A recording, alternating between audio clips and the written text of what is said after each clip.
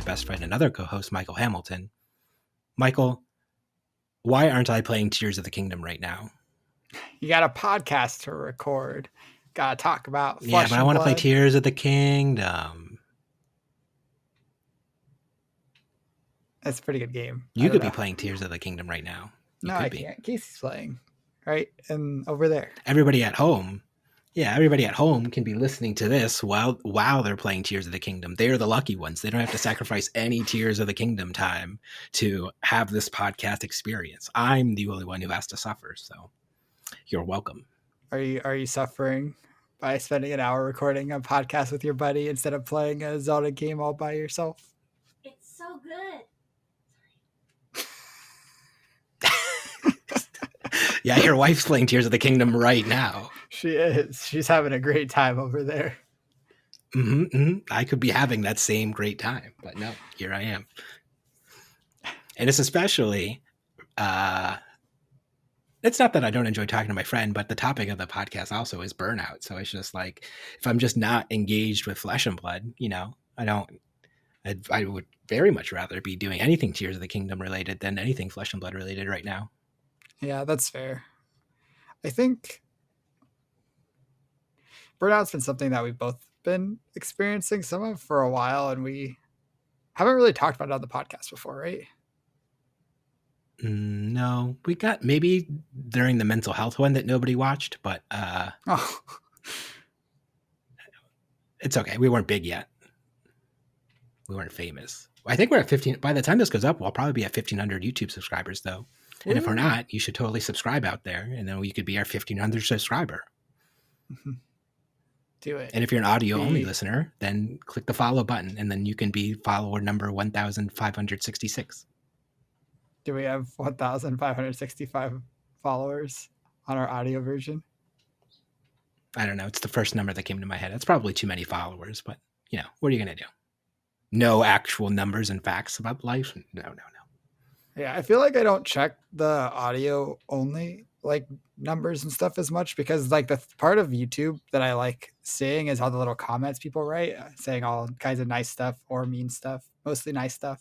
But I like reading those, and then the audio stuff doesn't have that, what's interesting is that since we first started, I don't think we've ever gotten a single heinously mean comment or anything. It's been pretty positive vibes in our comment section almost nonstop, which is, I think that just speaks volumes about how good the Flesh and Blood community is overall. So thanks everybody out there. Yeah, that's true. I can't think of any that I've read and been like, wow, that's so mean or something. I don't know. Yeah. That is a very, very nice community that we have in Flesh and Blood, and I really like the community. But we're sick of them, and we're done with Flesh and Blood. We're burnt out. So I want to talk about burnout a little bit. I didn't really understand burnout until you linked me a video from Sloop Doop. I think we've recommended his channel before. He makes good Flesh and Blood content. And he posted a video about 2 weeks ago about burnout. And it was just a really good video where he talks about burnout is kind of caused by putting a lot of work into something, and not getting the results you want from that work that you put in. And I think he also I think that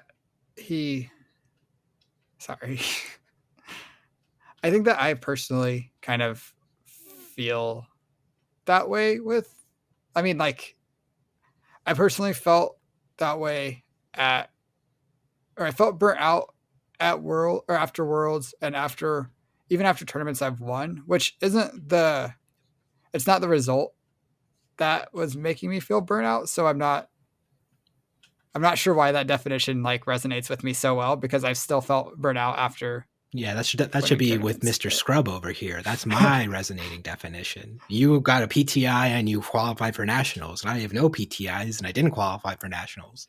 So who's the big old burned out loser? This guy. You're a burnout winner. It's a rare thing. You're just so tired of winning. You're just so, you know what? It's the opposite for you, Michael, because you're just so tired of your continued excellence. You're just so bored by just showing up and just always just crushing the field nonstop. It's just like, what's the point? You know, it's like Superman syndrome. Like, Oh my God. he just wants to be a normal person, but he can't. He's Superman. Like Michael Jordan just wants to play a pickup game of basketball sometime, but he can't. He's Michael Jordan. People would play a pickup game of basketball with him. And lose horribly, and then he'd be bored because he's so good at basketball. Okay, that's there you go. Okay. Lots of people will play Flesh and Blood against you, but not a lot of people will beat you in Flesh and Blood. A lot of people have beaten me in Flesh and Blood. I've lost many games. Name one. You. Oh, that's news to me. Right, you beat me a lot. You beat me up with Bolton in our Monarch Limited games the other day. Yeah, that's because no, I didn't. Bolton's unplayable in Monarch Limited. Nobody played Bolton. Nobody dropped Bolton. No, he's real bad. Yeah, you have to wait for our Monarch Limited episode to get the real secrets about how Bolton's great. Yeah, we should probably actually like draft Monarch before you make that episode, and then we actually have to like schedule a Monarch draft. So we should do that. I have the boxes right over there, but we got to find 6 other people, and who knows where we're gonna get 6 other people. Yeah, I don't think that's that hard. There's a lot of Flesh and Blood people in Indy. Just ask them. If you say I can ask them. I can start setting up a Monarch draft if you'd like. I'd probably be down for that. Anyway. So, like, the other aspect of it is that we have a podcast, and you have coaching, and we have Manor University, and we like doing all those things, or we should most of the time, but at a certain point, it does feel like work. And what was also really interesting to me is that also maybe a little too inside baseball here, but Michael and I had some like personal grievances over the past week too, and that also spilled over to me not liking Flesh and Blood because I associate so much of my relationship with the game with my relationship with Michael. Like if Michael and I hated each other, all of a sudden it'd be hard for me to keep playing Flesh and Blood, like because I'd just be at every tournament I just see him on the podium stage every time, and I'd be like, no. So I probably couldn't do that. But anyways, but then we just had like a 2-3 hour conversation, and like good hour and a half of that conversation was still just talking about Flesh and Blood stuff too. And that was a perfectly fine conversation. I felt rejuvenated and happy after that conversation. But here we are recording a podcast, and I'm like, I'm sleepy. Where's the Zelda at? Yeah, where's the Tears of the Kingdom? Yeah. I think like an obligation to do something just always makes it a little bit more draining in general. And like we do that. Why does a human brain do that? It's the same thing. But like, why does like your brain just make it so like, no, I'm not choosing to do this. I hate this, but like you're still choosing to do it. Yeah, like I don't know. If we didn't, like we could choose to stop doing the podcast. I know we talked about that. Yeah, like right now. Before. Oh no, bye. Well, hopefully it comes back. I hope. And then I chose to come back. Okay. I'm glad that was the decision you made. But I feel like obligated to do things just like it feels like you can't not do it if you don't want to. So even when you want to, like that's kind of like looming over you that you can't not do it if you don't want to. I don't know. I should have done some more research on burnout before this episode. Would have been a good idea. I watched one Sloop Dupe video and I liked the video. What is Sloop Dupe's real name? No, don't put me on the spot like that. I didn't know it. I actually had to. I only know it because I talked to him in real life at the Pro Tour Baltimore and had some lovely conversation with him. It's Wesley. Okay, cool, Wesley. And I was like, I knew a different card game, Wesley, and then I thought about Wesley, and I was like, I miss that guy, but he lives in Portland now. Anyways, and like there's exciting stuff going on, like Oldhim, he's gonna living legend, but like that's like another month from now, and I love Bolton, and presumably Bolton's gonna get some sweet cards in Dustodon, and that's coming out in like July though, and I guess another thing that's like weird is I don't even know if I want to play in any more Road to Nationals qualifying weekends. I don't have any scheduled this weekend, and then I did sign up already for the Classic Constructed one at Cards and All at the first week of June. But I don't know. At the last Road to Nationals, I was like so ambivalent and just like blah. I like legitimately most of the time I brought my Switch and I was like, I could just be playing more Tears of the Kingdom right now instead of drafting this game. But like, no, I was just like drafting Flesh and Blood instead. And I was like, I don't know if I appreciate this right now. Yeah, it kind of puts us in a weird spot with like Flesh and Blood too. Cause like we spent so long prepping for the Pro Tour. And I think during that time, there was a lot of stuff that we were thinking about the game that would have been great to talk on the podcast. But part of being on a team is we can't share what other people share with us. Basically, it's their things to know. So like, I think part of my burnout towards the podcast is like we started this podcast because we like talking about Flesh and Blood. We want to help people get better at the game, and then feeling like we can't share certain things does. I think it still feels like we're putting the same amount of work into the podcast, but we're making a worse product because we're like, it feels like we're holding things back. And I know you talked about one of our pre-Pro Tour episodes being one of our worst episodes because it felt like we were saying like, that was the only one that I've like, I think I said that last week as well, where it's just like, I was just actively unhappy to record that podcast because it was just like 40 minutes of nothing. And I'm sorry to everybody who spent their time, wasted their life listening to that. Hopefully they were playing Tears of the Kingdom yet, but some other good other life experience they were having while listening to that to counterbalance it out. Mm-hmm. But so I guess maybe some of the Flesh and Blood burnout is on that axis where we're making the podcast, and I really like the community we've built. There's a lot of great people. We get a lot of really sweet comments on a bunch of our videos, and I think overall I just kind of feel like the product we're putting out isn't always as high of standards that I would like. And I think that's part of why I've never felt burnout towards university, because we can always talk through the lines and talk about everything. And I always feel like I've been consistently happy with what we've put out for university. I think there's been like at least one time that we like got like halfway through a video and we're like, this isn't going to work, and we had to start over, but that seemed worth it. It's been a while because that was just because like of streaming issues or whatever, but yeah, I don't know where I'm going. Yeah. I don't want this podcast to get too rambly, but join our Discord if you're in it and tell us what you want out of the podcast, or if you've like been enjoying it, or give us some feedback. Send us some mean comments so we could figure out what we need to do better. You know, ultimately,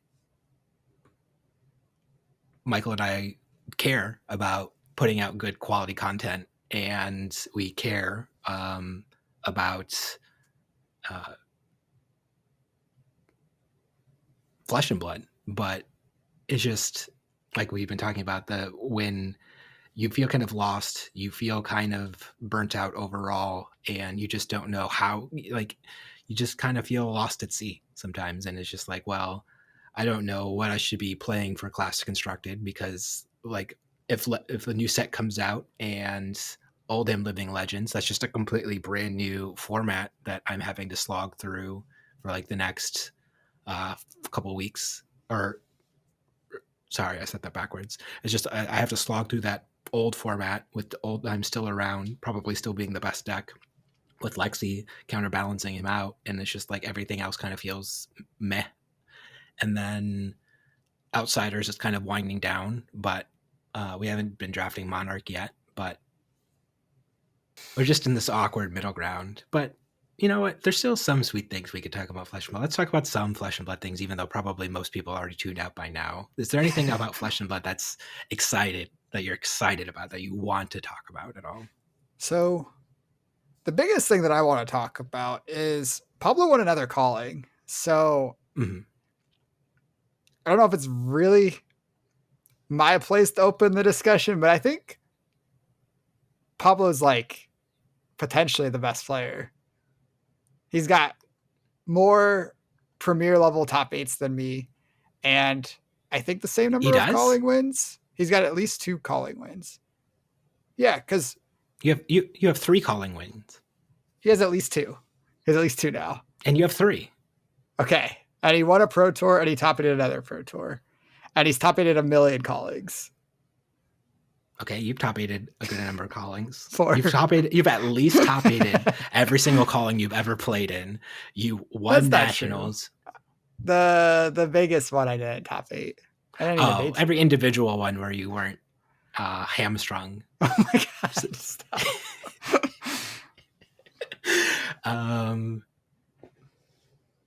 And then like you won nationals, you won worlds, and then you won Indianapolis, and then you didn't win France, but you won the Battle Hard in that weekend anyways, and then you didn't win the Pro Tour in Baltimore, and you didn't play in the Battle Hard because you had a migraine. So you probably would have won it if you would have registered Icelander anyways. But I don't know anything about Blitz. I don't think I've played a game of Blitz since Worlds. You just play Icelander, easy. Yeah, Icelander. You would it at the time. She's gone now. Mm-hmm.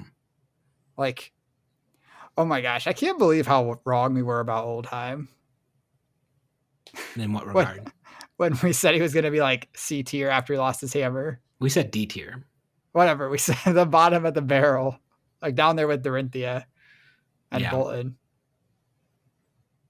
And kind of looked silly on that one. A little bit. Like, who knew that he was just had a good card pool still and that he didn't need a stupid hammer anyways? Yeah, and I do think a big part of Oldhim's success has been Rangers being like boosted to the top. Like at Indianapolis, the past few since Outsiders specifically. Yeah, so in Indianapolis, Oldhim did much better than I expected before Outsiders cards came out. But like Azalea and Lexi being a big part of the metagame is also pretty good for Oldhim. And I really thought that Lexi was solidly favored into Oldhim if you play it perfectly. But after our last University episode, I'm not so confident anymore, if that makes sense.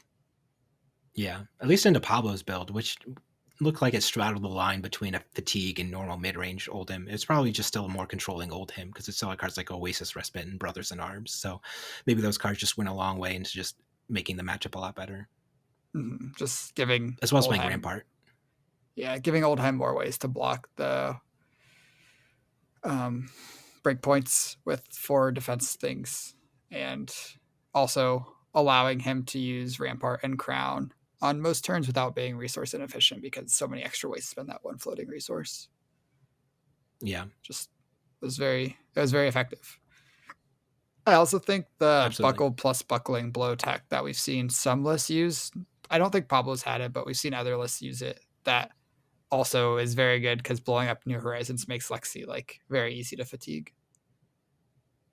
Yeah, I'm more dubious on that plan just because like lining it up is not as easy as it sounds because you need like a lot of resources. You need the buckle and the buckling blow. It's just kind of a lot to all line up, I feel like, in the same hand. So it's doable, obviously, but I just don't know how much of a believer I am of it overall, I guess. Mm-hmm. That makes sense. I don't really have a counterpoint. I think like it does demand a lot. It's you need a 4-card hand with a 2-net counter or a 5-card hand to even like do the combo. And Lexi has a lot of arrows that you really want to block, especially if your game plan is to fatigue her. Yeah, and lots of Lexi's play cards like Winter's Bite and stuff like that. So like it's not like she's just a potato, or codexes and things like that. Like there's like Lexi's not just doing raw number damage. She does have some levels of interaction or giving you a frostbite and things like that. So I don't know. There's just lots of things that can go wrong on that plan still. But who cares anymore? Hold on. Oh, like that could be the best way to ever win the matchup. He's gone. It doesn't matter. Yeah. Well, he's got like a month of terror left before he actually leaves. But what do you think about if they just made it that as soon as you hit 1,000 points, you're just gone? Why does it have to be on a banned and restricted announcement? You know? So the biggest issue with it happening when you hit it is if there is like a tournament the week before another tournament and this hero's like at 900 X points and enough where if they win that tournament, they get Living Legend, and if they lose, then they don't. Then like people can't really prepare for the tournament the next week and have to prepare for 2 formats, which isn't really fair to ask for, especially for like people that aren't putting in as much time as like us or don't have like the resources of a big team like the Wolfpack, where like if I'm just trying to play my road to nationals and I like Oldhim, I'm an Oldhim main, like it's not really fair to me as if I am some, let's call him Johnny. Johnny wants to play as Oldhim and he's played Oldhim for the last few months and he really likes Oldhim and he's been practicing him. And his only road to nationals is next weekend. And then Oldhim gets banned this weekend. That doesn't really give him any time to find a new deck and start playing something else. Whereas like if there's a ban and restricted announcement scheduled for the week before his tournaments, then he at least knows there's a possibility that Oldhim will get banned before then. I guess you always know, even if I guess you do know there's a possibility always if that's just how the system works. But I think it feels worse if your hero could just like hit Living Legend at any time and be gone forever. Whereas this way, That's like fair. you can practice a hero for a season and know you'll be able to play him for the whole season. Okay, I'm convinced by that argument. Okay. The only upside I see it is like in this lame duck format where I just want something to change now. Just give me something new and exciting now. But I'm also in a much different position than the average Flesh and Blood player. So Yeah, I think like Flesh and Blood is. So here's another thing we could talk about. But Flesh and Blood is one of the most expensive card games right now, and not even I knowing if forgot your all deck will about be this piece of drama. legal, Yeah. not even knowing if your deck will be legal next week on many weeks of playing like if like consistently week after week you're like next week it might be gone, next week it might be gone, next week it might be gone. At least like with ban restricted announcements, you like know that it's going to be legal until that point and you can feel good about like having the cards until then. But do you want to touch on that drama point? I don't know if you want to talk about it. Yeah, that's the other part that's leading to me. I was like, one day of rallying back against somebody who talks bad about Flesh and Blood. I still would prefer people to take the high road or whatever, but fine. Like, I get it. The internet's the internet. But I'm still seeing posts about it like a week later now, like completely unprompted and stuff like that. And I don't like that anymore. And it's even to the point now where like a big thing that like people also still bring up that makes me uncomfortable now is I even said so much as Twitter is I even used to rag on Tarek Patel pretty hard with like the knick-knack bric-a-brac thing in an article that he wrote before a pro tour or whatever. People still, every time somebody says Tarek Patel and they want to get an easy joke, they're like, oh, Tarek Patel, knick-knack bric-a-brac. And it's like, I don't think like it deserves to live on in infamy like that forever for the rest of time. Like, let it go. Like, it wasn't. I am 100% confident after talking to him that it wasn't some kind of psyops or like active sabotage he was trying to get by through like other players and stuff like that. And like, do you really think like, even like, let's just think about it like objectively for a second. Do you really think somebody at the pro tour, like a pro tour level competitor, is gonna be like, oh, I read Tarek Patel's Channel Fireball article and with no testing and no critical thinking skills of my own, I'm going to register these 80 cards because that's what Tarek Patel says I should do. Like, that just doesn't, it just doesn't make any sense. There's not a lot to gain there by saying a card is good, like, or trying to silence people by saying a card is good. You might like waste like a couple hours of their time with where they test the card and come to their own conclusions, but like that's not, I don't know, it just doesn't seem like an efficient psyops, I guess. Yeah. And just social media being the way it is, where it just promotes negativity. Like, I see so much more negative things on my on the timeline when I'm just browsing, like just trying to keep up on like community current events. And that's why like I think now our most like tweak or something like that I just put out when I was like getting kind of frustrated by negative, I was just like, hey, whoever's reading this, you're an awesome person. Thank you for being you. And like I just try to engage with more of like the positive things to promote that, just because the negativity is so high. But I guess like touching on like as far as what started the card games are expensive drama, do you have anything to say about like the drama aspect of it? Yeah, I think I kind of want to just give some of our listeners context because, well, it seems like a lot of people know what's going on. I don't think everybody is going to know what we're talking about. So I forgot the name of the channel, but some channel put out a really nice video comparing the prices of different card games. And they took 10 of the more popular card games. I don't actually know if they're the 10 most popular card games or how they chose the 10 card games, but they took 10 popular card games and they took 5 top performing decks from those different card games and basically totaled the price that you would need to spend to own all of the cards to build the 5 decks. And let's say for Flesh and Blood, if 3 of your decks played Final Spring Tunic, you didn't need to buy 3 Final Spring Tunics. You need to buy 1 Final Spring Tunic. But the cost to have enough cards that you could reasonably put together any of those 5 decks for the weekend, basically. And the video ended up with Flesh and Blood's total cost being like $2,000 something. The next best or the next most expensive game, I don't remember what it was, but it was like a couple $100 less, still around 2,000. And I think Yu-Gi-Oh was also up there. And then Pokemon was at the bottom at like $350 because, yeah. And so it was a great video. I think the system wasn't perfect because, for example, for Magic, it was using the format of Standard, which is almost always the cheapest format in Magic. And we were just talking about this the other day. Has anybody ever played a game of Paper Magic in like the past 3 years? Like Paper Magic Standard. It's not like, yeah, Paper Magic Standard is just not a real thing anymore. I don't feel like, I could be wrong. Maybe there's a lot of LG, but like as just locally at our LGSs, I know that it's basically like Commander or Bust for like most Friday Night Magics at this point, or Modern or Pioneer. But I just don't know that Standard's been played in a very long time popularly. So I don't know. Yeah. But basically the video was really well made. It didn't have 0 issues. I think there was something wrong with the calculation for the Flesh and Blood decks too, or I think it was like using the all art channel like Frigid instead of the regular like $5 or $10 one. But anyway, the point is it was a good video, but it kind of blew up on Twitter. I think it started when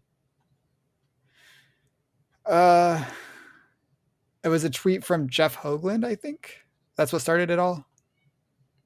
That's what started. I don't know if that's what started it all, but that's what started the entire community rallying against him, because he said Flesh and Blood has always been loot boxes first and card games second. And yeah, which is just like obviously not true. This game's very good. It's and like you don't. Like a person on the internet said something that was stupid and ill-informed and a little mean-spirited, but like, okay. And like, do we have to like completely rally the circle the wagons and make him, I guess we didn't make him, but like annoyed him to the point where he's banned the entire Flesh and Blood community and to start other random fights with like people about why Flesh and Blood's like, it just doesn't seem like it's doing any good in my perspective, at least. And I would just prefer people just kind of just let people say what the stupid things that they want. Clearly people play the game, because that was the old meme about Flesh and Blood, was that nobody even plays this game. It's only investors trading to other investors. But like callings are getting near 1,000 people now. The Pro Tour is super healthy. Somebody's won $100,000 in the World Championship. Like clearly there's people playing the game and enjoying it. And even local scenes and communities are starting to grow more. And different parts of the world are getting into it now, with like Brazil and Japan and stuff like that. Like clearly like this one person on the internet is just wrong, and it's fine. Or sorry, it's not fine, but like you don't need to hate this person forever just because they said something dumb, I guess. I don't know. Yeah. And I agree. You don't need to hate the person because they said something dumb. And like, of uninformed takes that you could make, I feel like it's not even the worst one, or not close to like the worst thing you could say about a game. I think even like as part of the Flesh and Blood community, we've talked about the barrier of things like fables being not ideal. Like the fact that Heart of Final is both an Oldhim and an Icelander, and it's like a $400 card, and it's like if you want to play the best versions of these decks, you probably need Heart of Final. That's not. I don't think that's ideal, and like the fact that it is very hard to pull one. I don't know. I think Flesh and Blood is an amazing game, and I could see how an outsider would come to the opinion that it is very loot boxy. Though I think that's loot boxes are just inspired by trading card game packs. That's just all trading card games packs are, in a sense, loot boxes. Yeah. So just like talking about a card game and calling it a loot box, it's like, yeah, unless it's a CCG, it's probably a loot box game. That's like by definition. Yeah, absolutely. And I guess like now we can talk about like as far as like the prices in the game is concerned. And to be fair, the more I think about it, I don't think you need the maxed out hard to find all version, perfect 80 cards with everything to go and play in your local armory. I think if you spent $500 and you wanted to go and play Flesh and Blood competitively, even at like a Road to Nets, a $500 deck, you can probably get away with like competing and doing well. It's just like so much of the game is skill dependent. And I think the top players would need, like you would need the $2,000 Heart of Find All to go and win a Nationals or a Calling or the Worlds or something that or a Pro Tour. So I don't know that the game being super expensive is all that important as far as like a true, like if we're talking about it as like a barrier to entry. I don't know if it fits that role. If you want to call it like a barrier to top level competition, that's a different story. And at that point, every single game and every single sport even has that same thing, because it's just like the person who's running in like their $20 Nikes is not going to run the same way as a person who's in like max $500 air cushion crazy design sneakers or whatever. Like the higher end players of anything that you can compete at will have an advantage by spending money. That's just how competing in things goes. I think what you touched about, I agree with about the barrier to entry or cost to entry being a lot lower than like the price of a competitive tier 1 deck. I think one thing that's not really talked about is how having these very expensive chase cards actually lowers the price of other cards in the set. Like if you look at random class majestics, they're like, especially in the older sets, they're like $5. They're like $10, sometimes less. I don't know. I admittedly, I am not super in the know about the prices of different cards, but like I'm pretty sure like Blood Rush Bellow or whatever is like very, very cheap. It was for a very long time. I don't know that the Welcome to Wraith ones might have started going up, but outside of Welcome to Wraith and Arcane Rising, I think that's still true. Okay.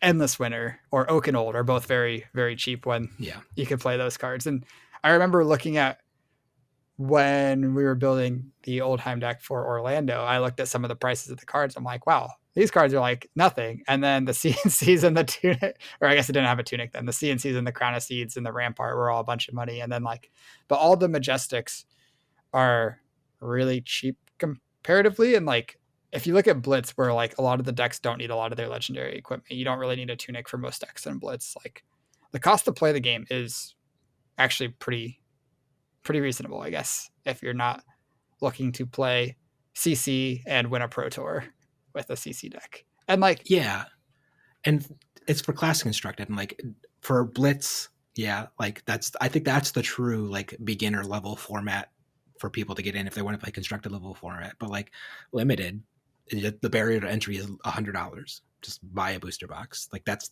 how we got into, like Michael and I didn't start playing Flesh and Blood by going to tcgplayer.com or whatever and finding or Flesh and Blood deck list, buying all of the most expensive cards and getting into the game, and then jamming class constructed of Chain V Prism from day one with all of our Fableds. I said, I want to try this game. I'm going to buy some Blitz I bought some Blitz decks, and I bought a box or two, and like our barrier to entry was $200, and like we learned how to play Flesh and Blood, really liked it. And if we wanted to stretch that, we could have just turned those boxes into like their own decks and stuff like that, and we could have played casual Flesh and Blood for quite a long time off of that. But since we are competitive minded people and we're like, hey, we want to go compete at the highest level in this game as well, we have to make the investment and put in the money, and that's just how it went. But I don't know. That's just like my point about barrier to entry as well. I also think that I'm kind of a big proponent of draft as a great format. Once you learn the basics of the game, you should try drafting, because you kind of get like a taste of deck building. You get to play a lot of games, and the cost to play a draft is like $15. It's less if you do it with the right. If you're just paying for the 3 packs that you need to draft, it's like $12. But like most stores have some kind of price support, and you pay a little bit more for that price support. But yeah, it's like $15 for a draft, which you get to keep some cards. You play for two hours or so, and yeah, it's great, and the barrier there is extremely low. Exactly. And then on the inverse, I feel like people never talk about what the positives are about cards having value. I think this conversation is always framed on the downsides of expensive cards, and I don't think I've ever seen anybody ever make a pro expensive card argument. And that's when you spend money on something for entertainment and stuff like that. Like if you go and have a dinner, you've spent that money, it's gone forever. If you play Magic the Gathering now, you go and you buy a booster box, and every card in standard becomes worthless because it's not played in modern anymore, because they have direct modern sets.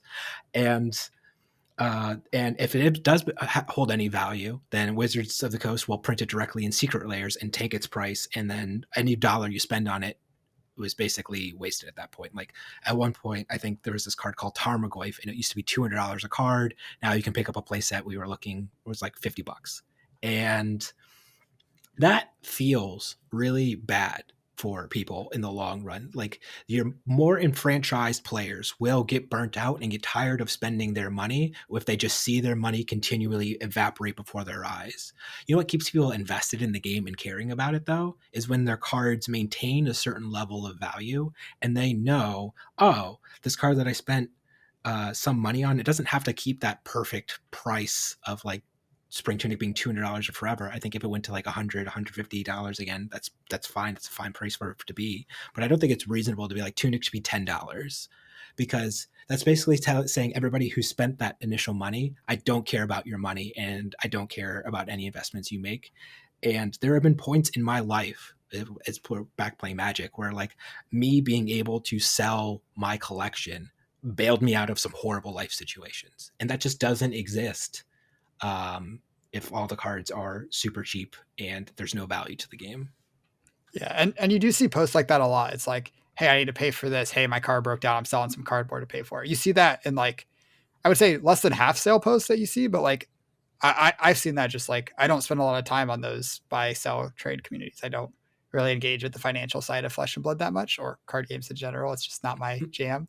But the ones I do see, a lot of them include stuff like that. They're like, hey, X happened, I'm going to sell some cards to cover the cost of whatever thing. And I think that is a very big pro, that, like you said, that you can, when you spend money buying a Flesh and Blood deck, then the cards aren't going to be worth like not just throwing your money away a year later. Yeah. Yeah.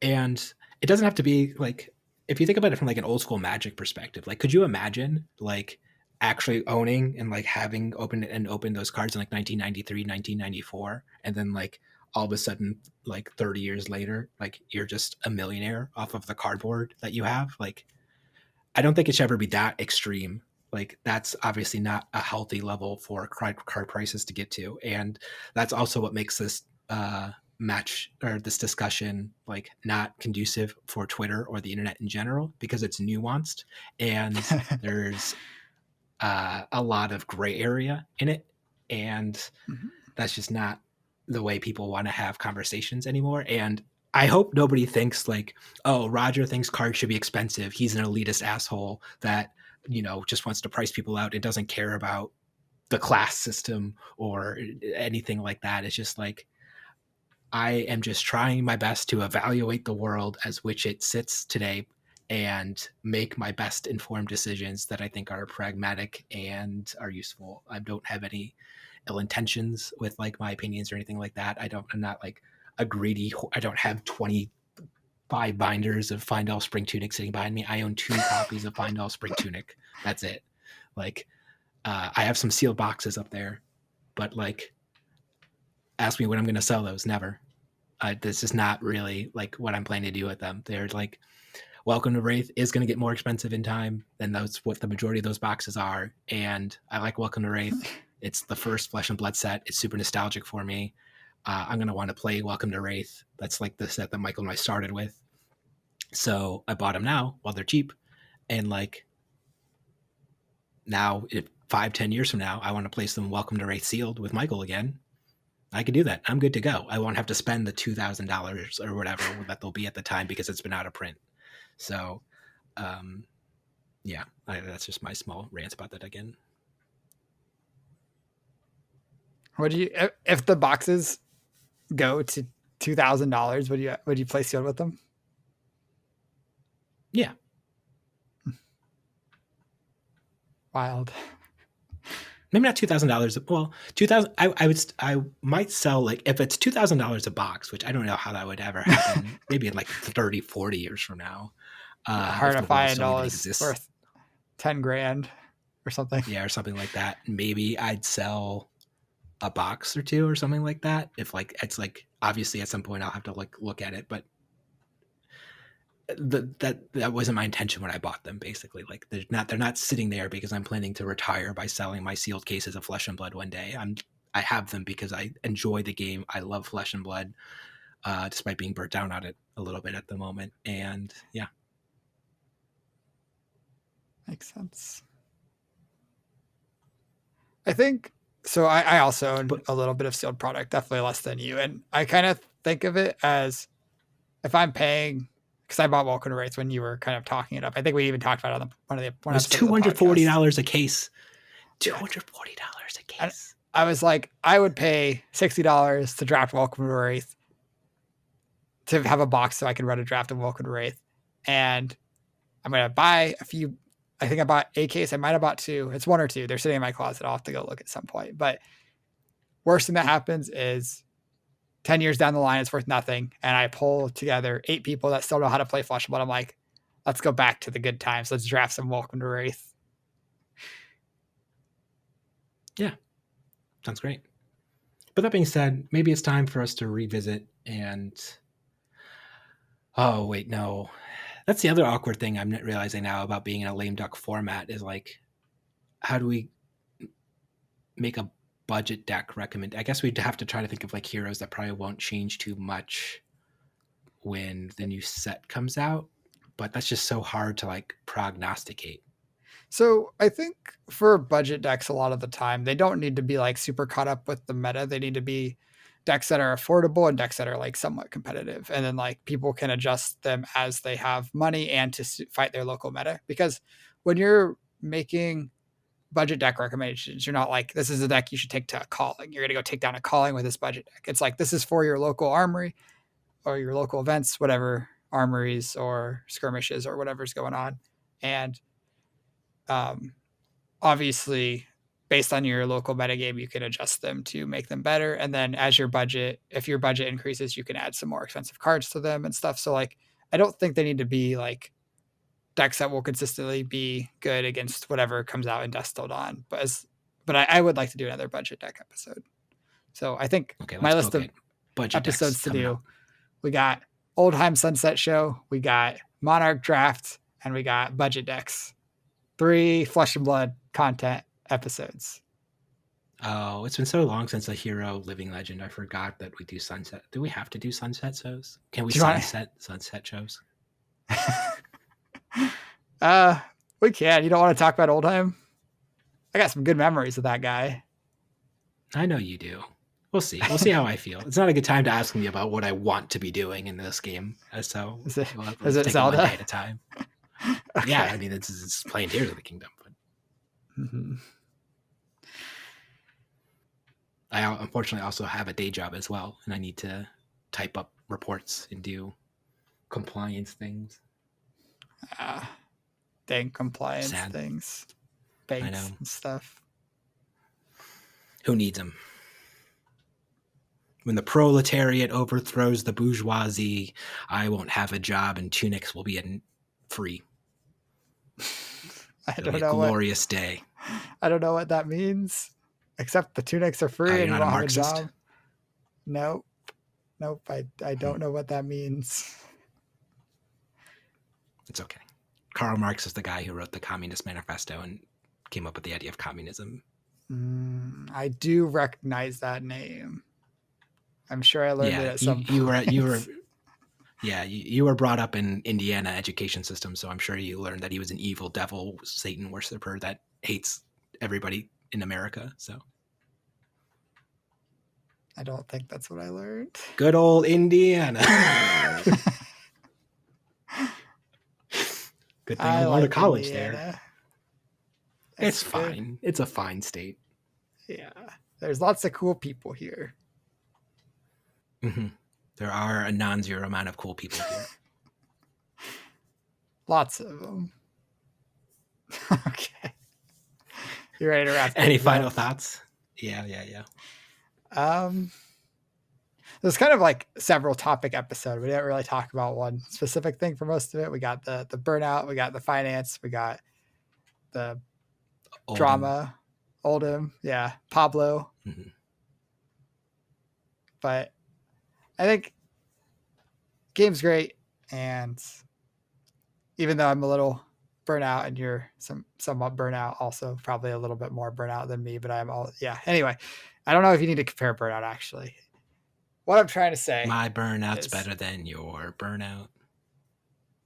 I don't know what I'm trying to say. Thanks everybody for all the comments that you always give, because it's always really nice to read through those and we appreciate them a lot. And thanks for listening. Yeah, maybe I'll try to learn how to do timestamps, and I'll timestamp all the different topics. This way, if somebody just wants to come and hear about Pablo stuff, they can hear Pablo stuff. And if somebody wants to hear our take on Twitter drama and deck prices, they can just listen to that half. And whoever the lovely people are that listen to the whole thing, thank you very much. You're a good person. Copycat. I hearted them. You're only hearting them because I hearted them. Okay. Well, with that being said, the next time you're giving a heart symbol to somebody because you heart them so